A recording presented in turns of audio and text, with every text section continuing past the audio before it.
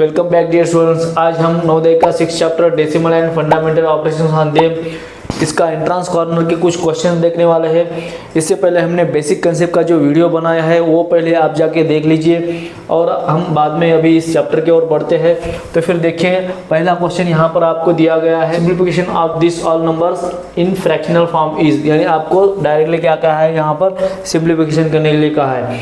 मगर देखिए यहाँ पर जो सिंबल दिए है पहले आप इसके बारे में देख लीजिए। इसका सिंबल है प्लस, इसका सिंबल है प्लस और इन दोनों का है माइनस, इसका और इसका क्या है, सिंबल माइनस है। तो फिर आपको सबसे पहले क्या करना चाहिए, देखिए 2.75 और 4.75 इनका आपको एडिशन करना है। उसके बाद 1.25 और दूसरा है 3.80। तो फिर पहले आप इसका एडिशन कर लीजिए।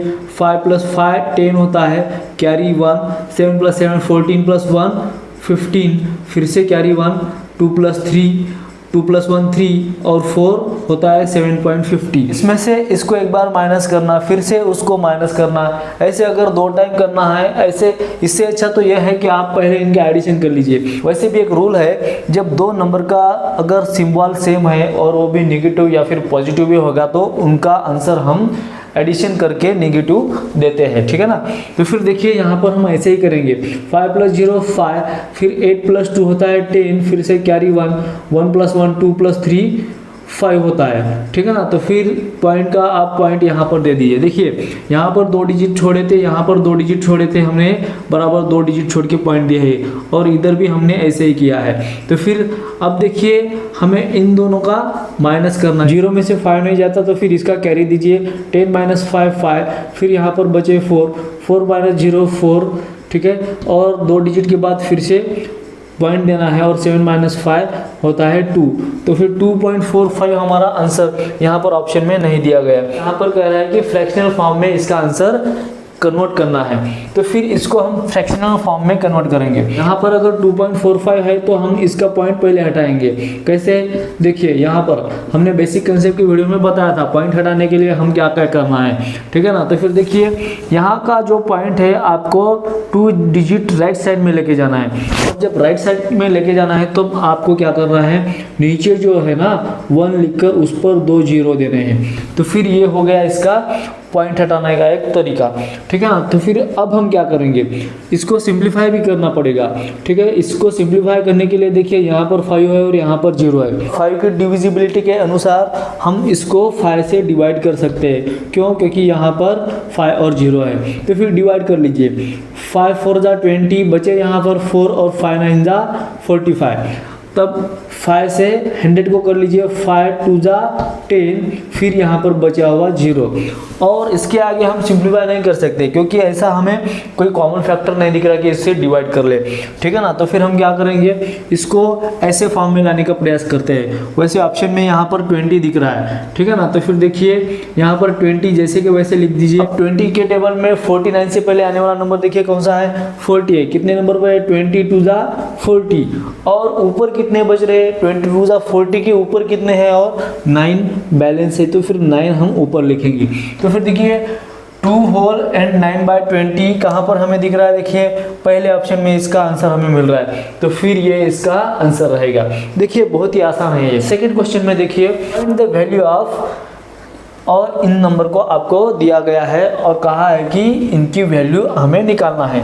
तो फिर देखिए आपको कंफ्यूज करने के लिए यहाँ पर क्या दिया गया है, हर जगह पर आपको 0.3 0.003 0 और 30 दिया गया है।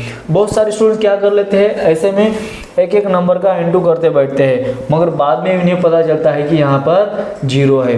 इस 0 का मतलब क्या होता है, आप कितना भी सारा इंटू कर ले, अगर उनके साथ अगर किसी 0 ने इंटू कर लिया यानी मल्टीप्लाई कर लिया तो ऐसे कितने भी ज़्यादा बड़े नंबर का आंसर जो है हमेशा 0 ही रहता है। बाकी करके देखने की यहाँ पर कोई ज़रूरत नहीं है। तो फिर यहाँ पर हम डायरेक्टली कह सकते हैं कि इसका आंसर 0 है, मतलब 4 है। तो फिर देखिए बहुत ही इजी क्वेश्चन था। ऐसे क्वेश्चन भी आपको एग्जाम में कंफ्यूज करने के लिए दिए जा सकते हैं, मगर आपको अच्छी तरह से देखना है कहाँ पर 0 है या नहीं है। नेक्स्ट क्वेश्चन देखिए, यहाँ पर हमें दिया गया है 23,200 डिवाइड बाय 145। ओके, ये नंबर आपको दिया गया है और यहाँ पर कहीं पर भी पॉइंट नहीं दिया है। ये नंबर मैं यहाँ पर लिखता हूँ, देखिए 23200।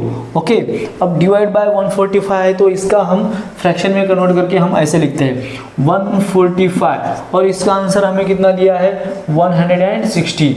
तो फिर देखिए यहाँ पर थोड़ा ध्यान से देखिए 232 नंबर सेम है। ओके, और यहाँ पर 145 और यहाँ पर भी 145, तो फिर यहाँ पर भी नंबर सेम है। ऐसे में आंसर में भी बस यही नंबर आने वाला है, मगर वहाँ पर जीरो घट सकते हैं या फिर बढ़ सकते हैं, या फिर उनका जो पॉइंट होता है वो आगे पीछे हट सकता है, मूव हो सकता है। ठीक है ना, तो फिर इतना ही यहाँ पर हो सकता है। यहाँ पर क्या किया है 23.2 डिवाइड बाय 1.45 ऐसे किया गया है। तो फिर आंसर क्या आएगा ये हमें पूछ रहा है। ठीक है ना, देखिए यहाँ पर कहीं पर भी पॉइंट नहीं है, इसका मतलब पॉइंट कहाँ पर होता है, ये आखिरी डिजिट के बाद पॉइंट होता है। और यहाँ का जो पॉइंट है इसे मूव करके बराबर 1 2 3 यहाँ पर लाया गया है। पॉइंट जो है 1 2 3 डिजिट लेफ्ट साइड में मूव हो रहा है, और जब लेफ्ट साइड में मूव होता है तब मैंने कहा था कि आपको इसी के लाइन में क्या करना है, 3 डिजिट के कारण 3 जीरो बढ़ाने हैं। यहाँ पर भी कहीं पर भी पॉइंट नहीं है और यहाँ पॉइंट दे देना, और बाद में देखिए यहाँ पर आपको पॉइंट कहाँ दिया गया है 1 और 4 के बीच में, यानी यहाँ का पॉइंट 1 और 2 डिजिट लेफ्ट साइड में मूव हुआ है। इसका मतलब इसके भी हम 2 जीरो यहाँ पर दे सकते हैं। देखिए अगर लेफ्ट साइड में मूव हो रहा है तो उसी के लाइन में आपको जीरो बढ़ाने हैं, अगर राइट साइड में मूव हो रहा है तो ऐसे टाइम आपको उसके अपोजिट साइड में जीरो बढ़ाने हैं। तो फिर आंसर देखिए, आंसर को हम चेंज नहीं करेंगे फिलहाल। ठीक है, आंसर तो 160 रखेंगे। बाद में देखिए इसके बाद ये 2 जीरो और ये 2 जीरो हम कैंसिल आउट कर देंगे। ठीक है, तो फिर ये देखिए हमने ऐसा क्यों किया है, यहाँ पर इसके जैसा हमें अरेंज करना है और वो हमने अरेंज कर दिया है। 23.2 डिवाइड बाय 1.45 ये तो हो गया, मगर ये 10 को जो है ना 160 और इस 10 को आपको उधर लेके जाना है। अब जब मल्टीप्लिकेशन में यानी न्यूमरेटर में जब नंबर होता है तब इधर के नंबर उधर जाने के बाद डिनोमिनेटर में जाते हैं, हमेशा ध्यान में रखना। तो फिर इस 10 को आप नीचे लेके जाइए। ठीक है ना, तो फिर इस जीरो को हम कैंसिल आउट कर देंगे। तो फिर आंसर क्या आ रहा है, देखिए 16 आंसर हमें कौन से ऑप्शन में मिल रहा है। देखिए क्वेश्चन नंबर 3 का ऑप्शन नंबर है 2, इसका यह आंसर रहेगा। देखिए 16 कितना इजी था, मगर आपको ये बात अच्छे से समझ में आ जाना चाहिए कब कौन से पॉइंट किधर मूव करे तो क्या करना चाहिए। बस ये थोड़ा अगर बेसिक बात अगर आपको अच्छे से समझ में आ गई तो बहुत ही सारे क्वेश्चन आप बहुत अच्छे से सॉल्व कर सकते हैं। अभी चौथा क्वेश्चन देख लीजिए, फाइंड द सम ऑफ 7.7। ये देखिए यहाँ पर बहुत सारे नंबर दिए गए हैं और इन नंबर का आपको क्या करना है, सम करना है। ये भी क्वेश्चन बहुत ईजी है और इसके जैसे बहुत सारे क्वेश्चन, वैसे ये भी क्वेश्चन एग्जाम में आके गया है और इसके जैसे बहुत सारे क्वेश्चन एग्जाम में हर बार पूछे जाते हैं। तो फिर ऐसे क्वेश्चन पर आपको बहुत ज़्यादा ध्यान देना चाहिए। कुछ नंबर के देखिए डिजिट्स कम है तो कुछ नंबर के डिजिट्स ज़्यादा है, कहीं पर पॉइंट आपको 1 डिजिट छोड़ के दिया गया है तो कहीं पर 2 डिजिट छोड़ के दिया गया है। इससे आप कंफ्यूज नहीं होंगे अगर वर्टिकल में लिखेंगे तो। ठीक है ना, तो फिर देखिए 7.7 पहला मैं नंबर लिखता हूँ 7.7, दूसरा नंबर है 7.77। तो फिर पॉइंट के नीचे पॉइंट आ जाना चाहिए, बस आपको इतना ध्यान देना है 7.77। फिर यहाँ पर देखिए 7.4 टाइम्स 7.4 टाइम्स 7। उसके बाद देखिए आखिर में क्या है 7.7 ये हो गया इसका अभी अरेंजमेंट। अब इसको आप ऐड कर लीजिए, क्या कर लीजिए, ऐड कर लीजिए। देखिए यहाँ पर 7 के नीचे कुछ भी नहीं, मतलब जीरो हम मान सकते हैं। आप 7 लिख दीजिए, 7 + 7 14 कैरी 1। ठीक है, अभी 7 कितना टाइम है, 3 टाइम। तो फिर 7 + 7 + 7 7 3 जा 21 + 1 22, फिर से कैरी 2, फिर 7 4 टाइम है तो 7 4 जा 28 + 2 30 हो रहा है और कैरी 3। फिर 7 कितना है, फिर से 4 टाइम है तो फिर 7 4 जा 28 + 3 31, और यहाँ पर जो पॉइंट है ना पॉइंट के नीचे बराबर पॉइंट दे दीजिए। तो फिर 31.0247 देखिए हमें ऑप्शन नंबर 4 में मिल रहा है। देखिए बहुत ही इजी आंसर है, बहुत ही इजी क्वेश्चन है और आप इसे बहुत ही अच्छे से सॉल्व कर सकते हैं, मगर आपको थोड़ा सा अच्छे से प्रयास करना चाहिए, अच्छे से प्रैक्टिस करते आना चाहिए। तो आप अगर प्रैक्टिस करेंगे तो ऐसे बहुत सारे क्वेश्चन आप आराम से सॉल्व कर सकते हैं। अगले क्वेश्चन की ओर देखिए, the product of 2 decimal is 20.7326, if 1 decimal is 4.13, what is the other decimal. एक क्वेश्चन का मतलब क्या हो रहा है, देखिए product of 2 decimal, 2 decimal number है, वो हमें यहाँ पर उनका प्रोडक्ट जो है ना इतना है आपको कह रहा है। देखिए 2 डेसिमल नंबर यानी एक डेसिमल नंबर ये समझ लीजिए और दूसरा एक डेसिमल नंबर है और उनका प्रोडक्ट जो है 20.7326 ऐसे दिया गया है। तो फिर देखिए इसमें हमें क्या कहा है, 1 डेसिमल इज 4.13, 1 डेसिमल क्या है 4.13, और what is the other decimal, दूसरा डेसिमल हमें दिया नहीं है तो फिर उसे हमें फाइंड आउट करना है। तो फिर यहाँ पर आप x लीजिए, तो फिर x की वैल्यू हमें फाइंड आउट करना है, इसलिए हम पहले क्या करेंगे, x इज इक्वल टू इस नंबर को आप उधर लेके जाइए, यानी 20.7326 डिवाइड बाय 4.13, ये इधर लेके जाने के बाद हमने डिनोमिनेटर में क्यों लिखा है, क्योंकि ये न्यूमरेटर में था और न्यूमरेटर का नंबर डिनोमिनेटर में जाता है, अगर डिनोमिनेटर में होता तो न्यूमरेटर में लेके जाते, ऐसा आपको हर बार करना है, ठीक है ना। तो फिर यहाँ पर हमें सबसे पहले क्या करना है, इनके पॉइंट हटाना है। अब देखिए पॉइंट यहाँ पर है तो 1 2 3 4 डिजिट हमें उधर पॉइंट लेके जाना है। तो फिर हम क्या करेंगे, इसके लिए जो है ना हम नीचे कितने जीरो बढ़ाएंगे, 4 जीरो बढ़ाएंगे। क्यों, क्योंकि हम 4 डिजिट राइट साइड लेके जा रहे हैं, ठीक है ना। तो फिर आप ऊपर सिर्फ बिना पॉइंट का नंबर लिख दीजिए, ये हो गया इसका, ओके 20.7326, ओके। वैसे ही अब इधर देखिए आप यहाँ पर जो पॉइंट है 2 डिजिट आपको उधर लेके जाना है, मतलब आपको ऐसे लिखना है, ठीक है। अगर इसका भी पॉइंट अगर आप राइट साइड लेके जा रहे हैं तो इसके अपोजिट साइड यानी ऊपर की साइड में आपको क्या करना है, इसके 2 डिजिट के 2 जीरो बढ़ाने हैं, ठीक है ना। तो फिर अब इसका हमें डिवीजन करना है और इसका हम कैंसिल आउट कर सकते हैं। देखिए ये 2 जीरो और ये 2 जीरो कैंसिल आउट कर दिए हैं। तो फिर इसका आंसर हम यहाँ पर निकालेंगे। सबसे पहले हमें इस नंबर को इस नंबर से डिवाइड करना पड़ेगा। यहाँ पर देखिए मैं नंबर लिखने जा रहा हूँ 20.7326 डिवाइड बाय इसको हमें 413 से डिवाइड करना है, ठीक है। अब आपको पता होना चाहिए कि 4 5 20 होता है, मतलब यहाँ पर 5 हम ले सकते हैं, शायद ले सकते हैं तो फिर हम ट्राई कर सकते हैं। देखिए अगर नहीं आया तो हम चेंज कर देंगे। 5 3 15 कैरी 1, 5 1 5 + 1 6, फिर 5 4 20। ये देखिए यहाँ पर जो नंबर आया है इससे छोटा आया है तो फिर हम इसमें से माइनस कर सकते हैं। तो फिर देखिए यहाँ पर कैरी देकर आप माइनस कर लीजिए। 13 - 5 रहता है 8, फिर यहाँ पर 6 बचे, 6 में से 6 गए 0, फिर यहाँ पर 0, फिर यहाँ पर भी 0। सामने का एक नंबर आप नीचे ले लीजिए और नीचे लेने के बाद देखिए ये 413 के टेबल में नहीं आता है, इसलिए आपको पहले 0 देना है, फिर से आपको और एक नंबर नीचे लेना है। और आपको पता होना चाहिए कि 3 2 6, 1 2 2 और 4 2 8, यानी यहाँ पर अगर हम 2 लेंगे तो ये 413 के टेबल में 2 टाइम्स में आ रहा है, इसलिए यहाँ पर 826 हम ले सकते हैं। फिर यहाँ पर हम माइनस करेंगे तो यहाँ पर हमारा हो गया परफेक्ट डिवीजन। फिर यहाँ पर देखिए ये आंसर जो है ना 502, इतने का यानी इतना डिवीजन का ही आंसर है। तो फिर हम क्या कर सकते हैं, देखिए 502 यहाँ पर लिखेंगे, मगर यहाँ पर जो है ना 100 बचा हुआ है, 100 बचा हुआ है तो उसके भी 0 हमें वापस देने पड़ेंगे, यानी पॉइंट तो देना पड़ेगा। जहाँ पर पॉइंट नहीं होता हम आखिरी डिजिट पर मानते हैं और उसको 2 जीरो के लिए हम कहाँ लेके जाएंगे, बराबर 0 और 5 के बीच में लेके जाएंगे। तो फिर इसका आंसर हमें कुछ ऐसा मिलेगा 5.02। 5.02 ऑप्शन में दिया गया है क्या, देखिए कौन से ऑप्शन में है, ऑप्शन नंबर 4 में इसका आंसर दिया गया है। देखिए बहुत ही ईजी है वैसे, मगर आप थोड़ा सा अच्छे से प्रैक्टिस कर लेना। अगला क्वेश्चन देख लीजिए, ये भी बहुत इजी है, ये मल्टीप्लिकेशन पर डिपेंड है। यहाँ पर दिया गया है 4.75 × 0.7 = 3.325। थोड़ा आप इसमें गौर से देखिए, पॉइंट के बाद यहाँ पर टोटल 2 डिजिट है और यहाँ पर 1 डिजिट है, यानी 2 और 1 मिलाकर टोटल 3 डिजिट छोड़कर देखिए इधर आपको पॉइंट दिया गया है 1 2 3 डिजिट यहाँ पर छोड़ दिए हैं। तो फिर अगर इसका आंसर ये है तो फिर इसका आंसर क्या होगा, ऐसा आपको कह रहा है। मगर एक क्वेश्चन में देखिए बराबर सभी नंबर सेम है, सभी नंबर क्या है, सेम, मतलब आंसर तो यही रहेगा। और ऑप्शन में देखिए सभी नंबर सेम है, फिर फोर्थ वाले ऑप्शन को छोड़कर।